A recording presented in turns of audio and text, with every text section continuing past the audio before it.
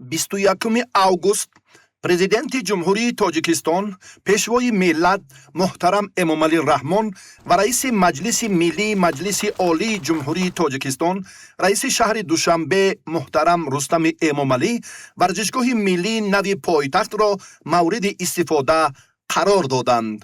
дар даромадгоҳи асосии варзишгоҳ ба хотири арҷгузорӣ ба заҳмату ғамхориҳои ҳамешагии президенти ҷумҳурии Тоҷикистон, пешвои миллат муҳтарам Эмомалӣ Раҳмон ки дар бунёди варзишгоҳи миллӣ ва рушди футболи муосири тоҷик беназир аст, фаввора конструксияи соядасти президенти кишвар дар шакли арт-объект аз пӯлоди зангногир ва баландсифат тарҳрезӣ ва насб гардидааст. Ин на танҳо як унсури ороишӣ, балки як қисми таърихи бунёди варзишгоҳи миллӣ ба ҳисоб рафта, солҳои тӯлонӣ ҳамчун рамзи асосии бунёди варзишгоҳи миллӣ нигоҳ дошта мешавад.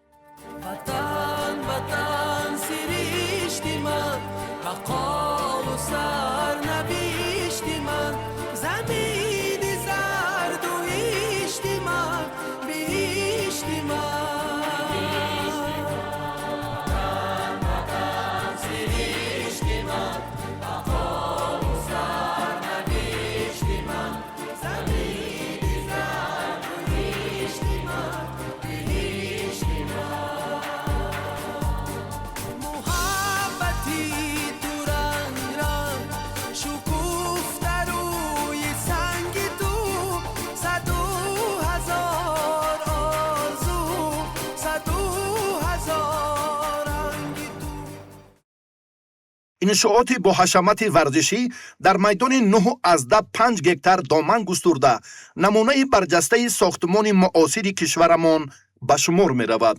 варзишгоҳ дорои беш аз 30,000 ҷойи нишаст буда, аз ду сатҳ иборат мебошад. дар сатҳи поёнӣ беш аз 12,000 ва дар сатҳи болоӣ 18,000 ҷойи нишаст мавҷуд аст. иншоот мувофиқ ба талаботи стандартҳои байналмилалии фифа бунёд шуда, ба категорияи дуюми байналмилалӣ ворид мегардад.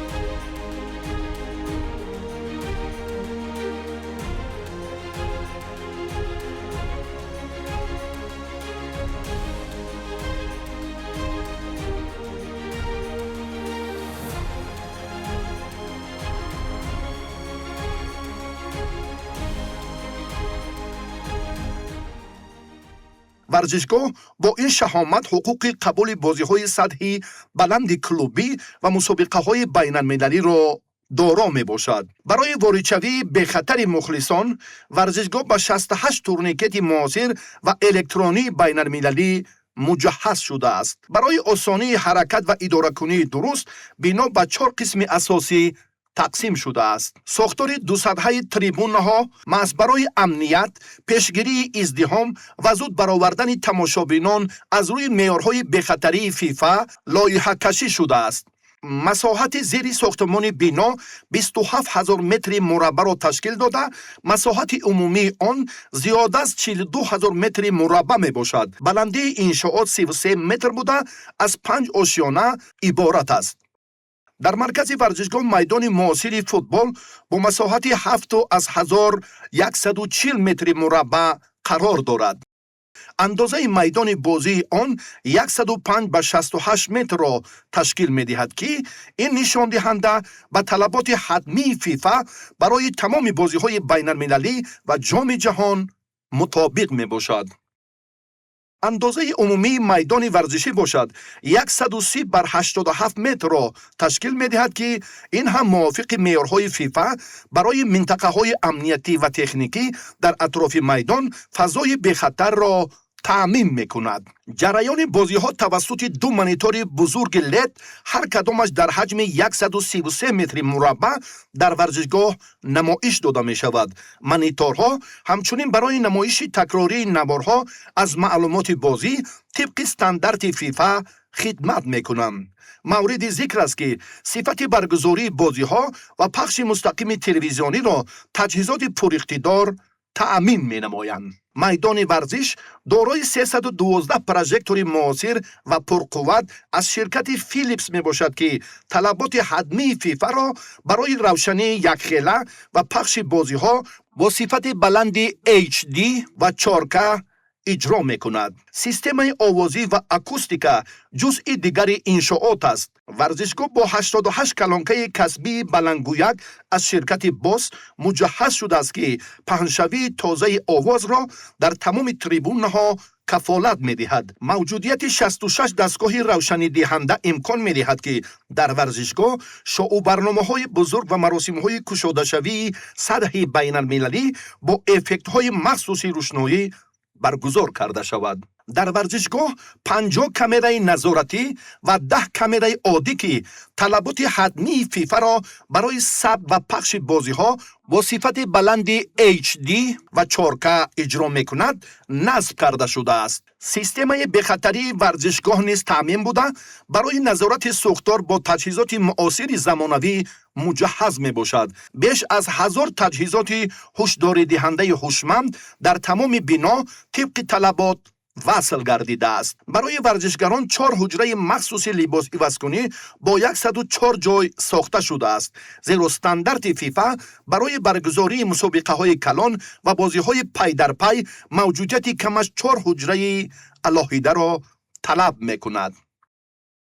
барои меҳмонони расмӣ ва фахрӣ 1 ҳуҷраи VIP бо 32 ҷой, 34 ҳуҷраи VIP бо 306 ҷой ва 26 ҳуҷраи SIP бо 416 ҷойи нишаст мавҷуд аст. мавҷудияти ин ҳуҷраҳои муосири Skybox шарти асосии FIFA барои қабули меҳмонони дараҷаи олӣ ва баланд мебошад. илова бар ин, дар иншоот ҳуҷраҳои зиёди хизматрасонӣ ва ҳамомҳо пешбинӣ шудааст, ки ба меъёрҳои баланди санитариву техникӣ ҷавобгӯ мебошанд. дар як шафати варзишгоҳ калонтарин музей бунёд ёфта, дар он таърихи футболи меҳан, аксу хотираҳои зиёд ва дигар дастоварду рӯйдодҳои нодири футболи тоҷик ҷой доранд.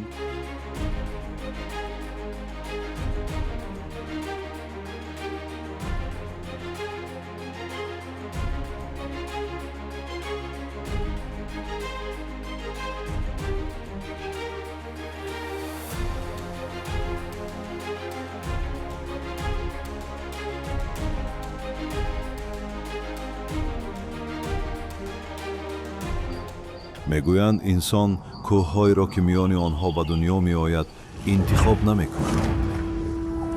аммо қуллаеро, ки бояд ба он бирасад, худи ӯ интихоб менамояд.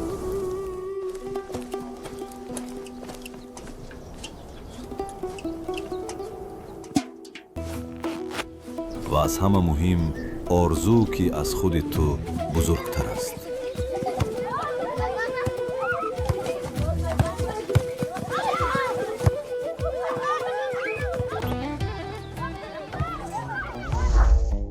орзу марз надорад, на дар масофа ва на дар вақт.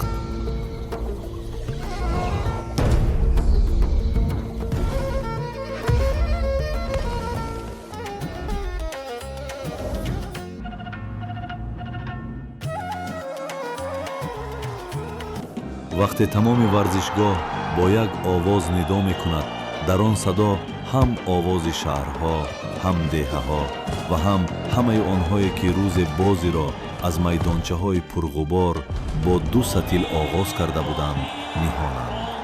ин голи як футболбоз нест. ин голи миллат аст. Tojikiston ба пеш! Ба пеш! ҳар дастоварди бузург аз як қадами хурд оғоз меёбад.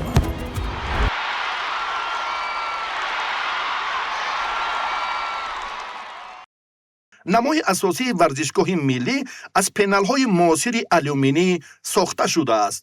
Шабона намои бино ба як қисми муҳими симои визуалии варзишгоҳ табдил ёфта, дар он дар маҷмӯъ беш аз 30,000 метр системаи муосири проектсияи медиавӣ насб гардидааст. низоми муосири проектсияи медиавӣ имкон медиҳад ки тасвирҳо, графика ва барномаҳои гуногуни визуалӣ мустақиман дар намои бино нишон дода шавад. варзишгоҳ дорои таваққуфгоҳи васеъ барои зиёда аз 750 воситаи нақлиёт буда, масоҳати сабзкоришуда беш аз 3000 метри мураббаъро бо дарахтони ҳамешасабзу гулубутаҳо ташкил медиҳад. президенти кишвар муҳтарам Эмомалӣ Раҳмон ифтитоҳи варзишгоҳи миллиро ки ба муносибати ҷашни умумии миллӣ 35-солагии истиқлоли давлатӣ бунёд гардид, барои мардуми Тоҷикистон тӯҳфаи арзанда номиданд.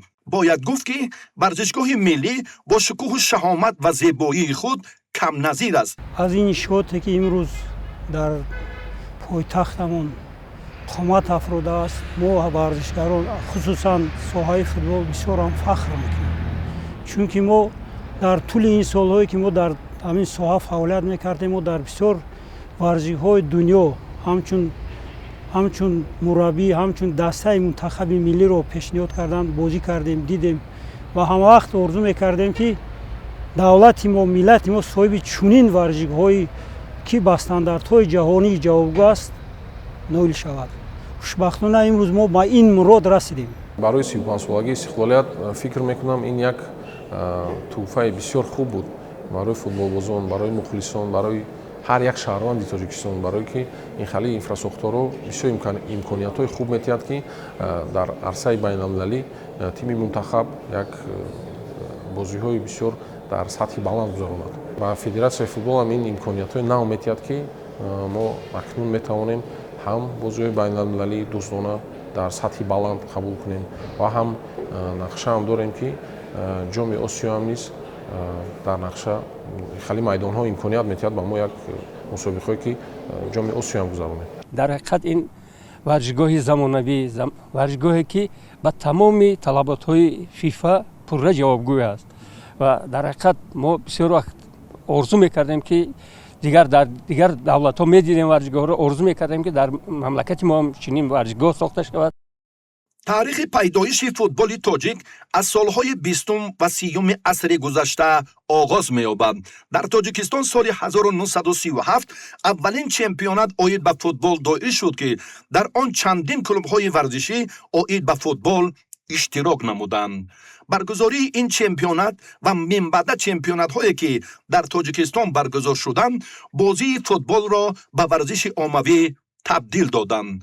ҷавонон ба ин намуди варзиш ки ҷанбаҳои мукаммали футувату ҷавонмардӣ, иродаву фалсафаи пандомӯз дорад, таваҷҷӯҳи махсус зоҳир намуданд. футболро на танҳо бозӣ, балки мактаби одобу интизом, сабру таҳаммул ва ташаккули ҷисмонии ҳар фард номидан мумкин аст. футбол дар солҳои соҳибистиқлолӣ дар натиҷаи таваҷҷӯҳи роҳбарияти давлат марҳила ба марҳила рушд намуд. дар ин муддат дар Тоҷикистон шумораи иншоот ва майдонҳои хурду бузурги футбол ки ангушшумор буданд, бунёд ва афзун шуданд. акнун варзишгарон дар шароити беҳтар бо тамринҳои доимии мураббиён фаро гирифта мешаванд. бо мурури вақт таваҷҷӯҳ ба рушди футбол беҳтар гардид ва варзишгарони тоҷик имконияти бештари иштирок дар мусобиқаҳои сатҳи байналмилалиро пайдо намуданд. бо ибтикор ва таваҷҷӯҳи махсуси пешвои миллат муҳтарам Эмомалӣ Раҳмон соҳаи варзиш дар мамлакат рӯ ба рушд ниҳод. мукаммалсозии инфрасохтори соҳа ки қадами муҳиме дар ривоҷи бозии футбол дар Тоҷикистон дониста мешавад, давоми 10 солаи охир дар сатҳи олӣ рушд намуд. имрӯз на танҳо дар Душанбе, балки дар тамоми шаҳру ноҳияҳои кишвар майдонҳои варзишиву солимгардонӣ махсусан дар самти рушди футбол бунёд ва мавриди баҳрабардорӣ қарор дода мешаванд. ин омил боис гардид ки таваҷҷӯҳи насли наврасу ҷавон ба варзиш, алалхусус футбол, ба таври назаррас افزایش یابد. فوتبال در بین بانوان است تقویت پیدا کرده و امروز در تاجیکستان کلوب‌های ورزشی عاید به فوتبال بین بانوان است رو به افزایش دارد. در برابر این تمام سالهای صاحب استقلالی پایگاه سندی و معیاری ساحه ورزش نیز با قبول قرار و قانون‌های مشخص رشد نمود. از جمله قانون جمهوری تاجیکستان درباره تربیت جسمانی و ورزش، استراتژی رشد ورزش و طرز حیات سالم، برنامه‌های دولتی رشد فوتبال در 3 مرحله، کنسپسیون ملی انکشاف تربیت جسمانی و ورزش، اینچنین صدها لایحه‌های گوناگون ساحه ورزش و سالمگردانی اهالی روی کار آمدند که این به رشد بی‌میلان ورزش در مملکت زمینه مساعد به میان آورد. همکنون به مناسبت استقبال سزاوار از 35مین سالگرد استقلالیت دولتی جمهوری تاجیکستان، انشاءات محتشم ورزشگاه ملی تاجیکستان موافق به طلبات معیارهای جهانی در پایتخت وطن محبوبمان قامت افراخت. اکنون تاجیکستان را در برابر تشبس‌های سطحی بین‌المللی در مورد آب و اقلیم و صلح و ثبات جهان، همچنین چون تشبسگر سطحی بین‌المللی در سمت رشد فوتبال می‌دانند. طور آگاهی داریم با تشبس رئیس مجلس ملی مجلس عالی جمهوری تاجیکستان، رئیس شهر دوشنبه، پرزیدنت اسوسیاسیون فوتبال کشورهای آسیای مرکزی، پرزیدنت فدراسیون فوتبال تاجیکستان محترم رستم امامعلی، همساله شروع از سال 2024 25 می همچون روز جهانی فوتبال جشن گرفته می شود. نتیجه های همین توجه و دستگیری ها بود که دوام سالهای صاحب استقلالی منتخب فوتبال تا سن 17 ساله تاجیکستان 4 مرتبه به مسابقات باشکوه ترین سیاره چمپیونات جهان راه یافت. تاجیکستان به مکان برگزاری مسابقه های سطح بین المللی کافا تبدیل یافت که دوام 10 ساله آخر بیش از 30 مرتبه میزبان چنین مسابقات سطح بین المللی گردید. برای رشد فوتبال مخصوصا بین کودکان و نورسان از جانب رهبریت کنفدراسیون فوتبال آسیا، فدراسیون فوتبال تاجیکستان به جایزه های مخصوص قدردانی شد. در ادامه تدبیرهای سازندگی پیشوای محبوب ملت، ورزشگاه محتشم معاصر امکانیت تاجیکستان عزیز را در میزبانی مسابقه های سطح جهانی و مکمل سازی دوستی بین خلق و ملت های سیاره باز هم تحکیم خواهد بخشید. من بعد فوتبالبازان تاجیک در این ورزشگاه مطابق با استانداردهای بین المللی به تمرین مشغول گردیده موفقیت‌های خود را افزون می‌نمایند و پرچم دولتی جمهوری تاجیکستان صاحب استقلال را در مسابقه‌های با نفوذ جهانی بالا می‌بردارند.